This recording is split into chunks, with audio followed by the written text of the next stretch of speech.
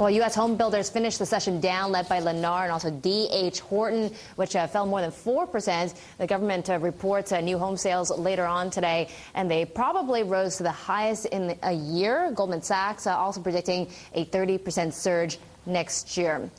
For more on the home builder stocks, let's go to New York now. Michelle McQuarrie has more details. And Michelle, you do live in some of the most expensive real estate in the world, don't you? I certainly have that honor, Susan. For better or for worse, Manhattan real estate really up there. But looking at the home building outlook, we have two very different views from two heavyweights, Goldman Sachs and Citigroup. Goldman Sachs advising investors to buy U.S. home builders on expectations that a housing recovery will boost the stocks. Goldman, in fact, recently upgrading the industry to attractive, citing stable home prices, low mortgage rates, and strengths in sales activity. Citigroup disagreeing, saying the shares are expensive relative to earnings potential.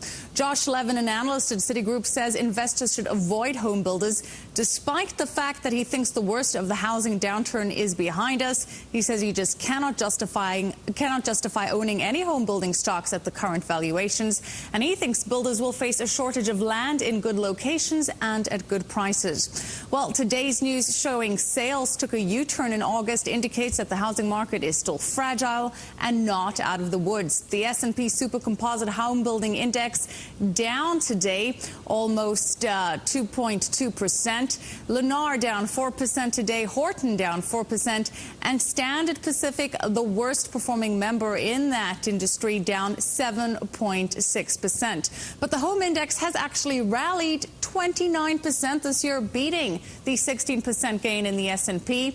Lennar has been up 71% year to date. Now, keep in mind that the company has posted losses for the last 3 quarters, and it's estimating, well, analysts are estimating a 46-cent per share loss in the 4th quarter. So an almost 71% surge in a stock that has been posting losses for the last 3 quarters. And Standard Pacific, which constructs move-up homes within a wide range of price and sizes, up 112% year to date in what has been a housing crisis. So one can see why Citigroup finds these home building stocks slightly overpriced, to say the least. Now, keep in mind that we have been seeing rising foreclosures, and really very importantly is that the 3 programs that have been contributing to the growth and stability are going away. All that government support that we've been getting for housing going to be withdrawn over the next 6 to 9 months. The FHA is tightening its lending. First-time home buyer credit is going away. It expires at the end of November, although there has been talk to extend it. At the moment, still set to expire at the end of November. And the Fed is also going to stop buying mortgage-backed securities at the end of March. Now, that's an important program because it has a huge impact on mortgage rates. It has kept them low. Now, as the program is phased out, mortgage rates will rise.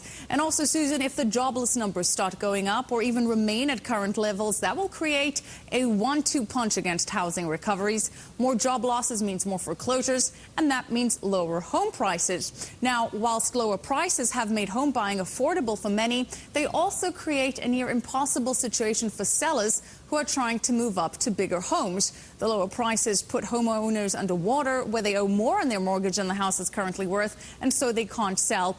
So, Susan, clearly the housing market, despite some positivity lately, is very much riddled with issues, and perhaps we saw an early indication of that with today's report. Susan?